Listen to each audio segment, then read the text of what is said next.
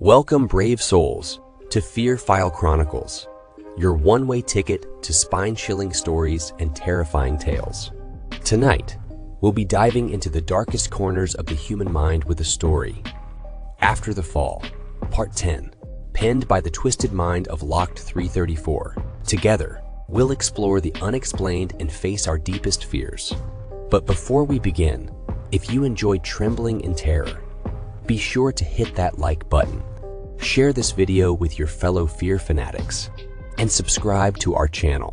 Don't forget to click the bell notification so you never miss an eerie episode. Your support truly means the world to us. So feel free to leave a comment below to join the Fear File Chronicles community.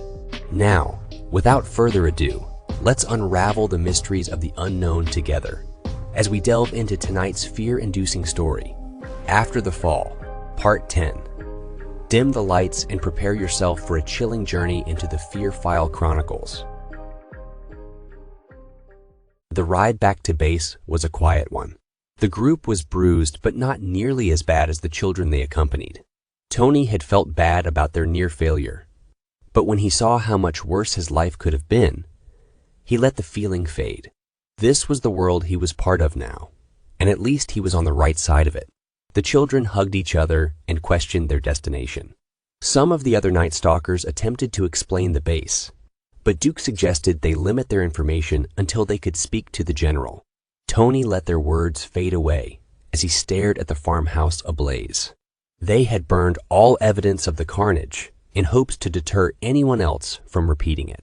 He had seen so much death in such a short period of time. His body felt numb as the light danced in the distance. Everything continued to burn, even though the fall was over. He wondered if this was what life would be from here on out. Death and destruction. He used to like fire, the beauty of it, but that was when it was for roasting marshmallows. His hands gripped his rifle a little tighter in anger, as he was reminded of another thing he may never do again. Once again, Tony found himself sitting in Foreman's office for debriefing. The small glimmer of light was gone from his eyes now. It faded in the distance with that burning farmhouse. The general spoke, but the sound was muffled by Tony's thoughts. He answered robotically, giving any pertinent information. When the meeting came to a close, Foreman asked if the boy would be all right. Tony simply nodded and stood from his seat.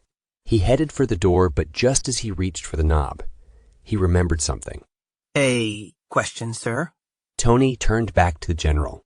Go ahead, Stone. Is there an army marching on North America?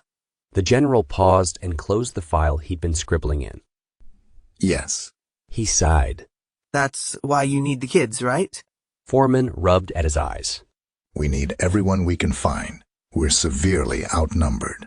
Tony opened the door. Then I should get back to my men. We have training to do. When Tony entered the barracks, the rest of his group were breaking down their gear and preparing to head to bed. He stood in the doorway, watching each of them, their faces showing defeat.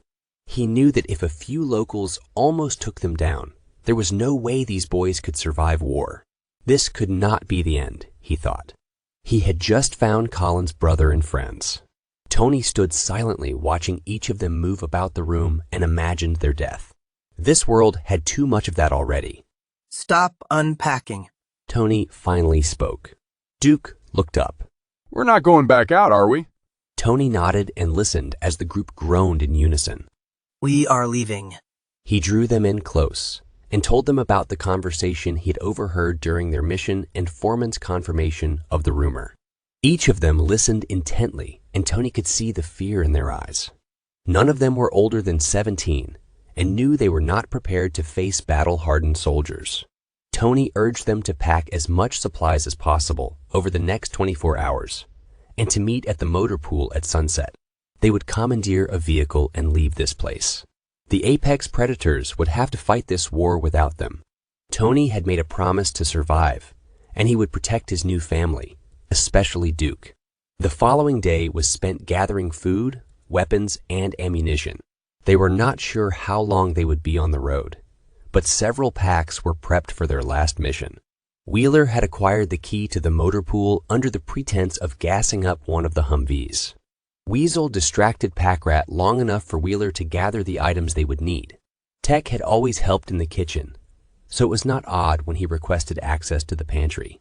One by one, they acquired the supplies they would need, and by the time the sun had fallen, they had all met at the motor pool. Duke and Tech loaded gear into a Humvee, as Tony and Weasel plotted a course. The weather north was too harsh, and there would be enemy forces to the south. They had to be careful, no matter their choice, but it had to be made now. Wheeler climbed into the driver's seat as the rest took their places inside. Tony climbed into the passenger seat and pointed at a destination on the northeast coast as the vehicle roared to life. The group approached the gate where a guard questioned their actions. Tony leaned over and gave an excuse of having a secret mission. The guard was not convinced and radioed for confirmation.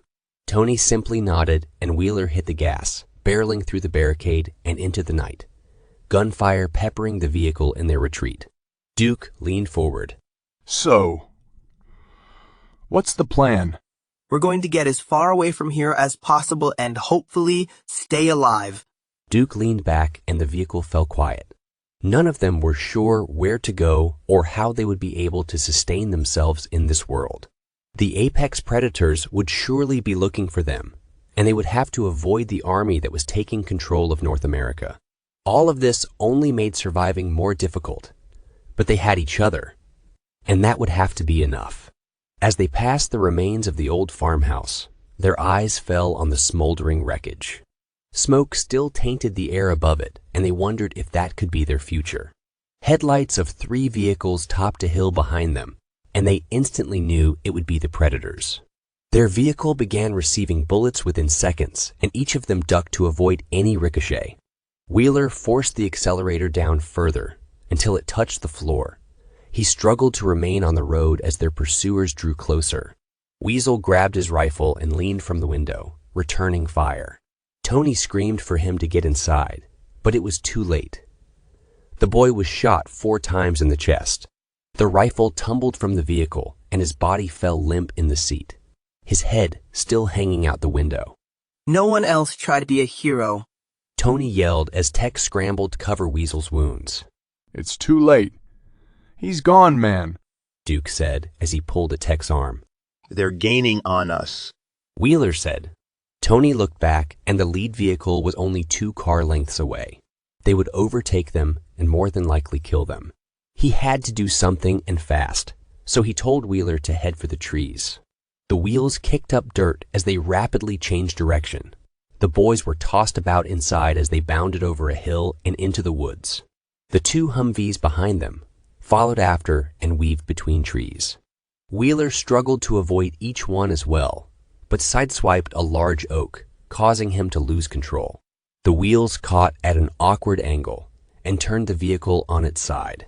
The world went dark for a moment, and when Tony opened his eyes, he could have sworn he saw Colin kneeling over him. He smiled slightly, and Colin did the same. He could hear talking around him, but he simply looked back to his old friend. Tony began to apologize, but Colin simply shook his head. The figure mouthed the words, "You're not done yet," before disappearing. Tony was forced back to reality by the sound of Tech screaming for help. General Foreman had him by the hair and was dragging him toward one of the other vehicles. Duke struggled to remove himself from the overturned Humvee, and it appeared that Wheeler had been killed during the crash. Tony slowly rose from the ground, his eyes searching the area. Duke was almost free from the vehicle, and Foreman had returned to claim another one of the boys. The other Humvee had turned back once they noticed the crash. They would need equipment to retrieve the vehicle, and Foreman was sure he could handle a couple of kids. Tony grit his teeth and began walking toward the general, despite the pain he now felt in his knee. His hand reached down and grasped a grenade, pulling the pin. He shoved it out in front of him, so Foreman could clearly see it. Step away from that Humvee. We are taking it and we are getting out of here. Foreman paused and held up his hands. Now hold on. Don't do anything stupid. No talking. You get away from the vehicle now or we all die. The general laughed. You can't be serious, kid. Dead serious. We are leaving and you are not going to follow us. We don't want to be pawns in your war. We are not soldiers. We are kids. And we are going to live. Foreman slowly backed away as Duke grabbed a few bags from the crashed vehicle. The two boys joined Tech in the general's vehicle, and Duke took the driver's seat. Tony eased himself into the passenger seat, still holding the live grenade. As they rolled past the crash, Tony tossed the explosive into the crashed Humvee. Foreman dove behind a tree as the three boys drove away. The sound of the explosion echoed through the trees as they exited the woods. They never looked back as they headed east and toward anything better than the life they'd come to know. Well, my friends, we've reached the end of tonight's chilling tale, After the Fall, Part 10, by the talented Locked 334. I hope you've enjoyed our descent into darkness, and that you'll carry a piece of the Fear File Chronicles with you as you drift into uneasy dreams. If our story left you shivering and shaking, don't forget to like this video, share it with others who crave a good scare, and subscribe to the Fear File Chronicles for more haunting horrors. Remember to hit the bell notification so you're always among the first to know when a new nightmare awaits. As always, we appreciate your support and would love to hear your thoughts in the comments below. Sharing your fears and frights with us truly means a lot, so don't be shy to engage with our sinister community. Until next time, remember to embrace the darkness, for it is within the shadows that our most terrifying stories are born. Good night, and stay scared.